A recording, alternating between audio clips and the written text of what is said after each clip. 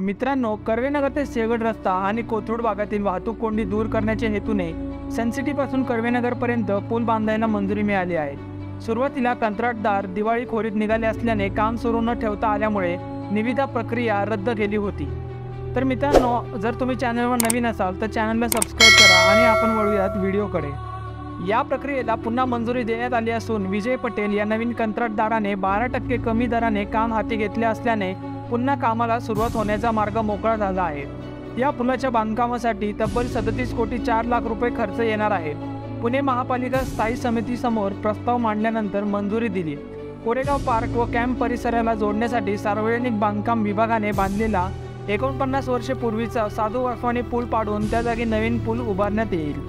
महापालिकेने नियुक्त केलेल्या सल्लागाराने नवीन पूल आवश्यक असल्याचा निष्कर्ष काढला व SMC इन्फ्रास्ट्रक्चर प्रायव्हेट लिमिटेडने सर्वात कमी 58,11,336 रुपयांची निविदा दिली आणि ती मंजूर झाली। तसेच काम सुरू झाल्यानंतर या पुलावरील वाहतूक पुणे स्टेशन परिसरातील रस्त्यांवरून वळणार आहे।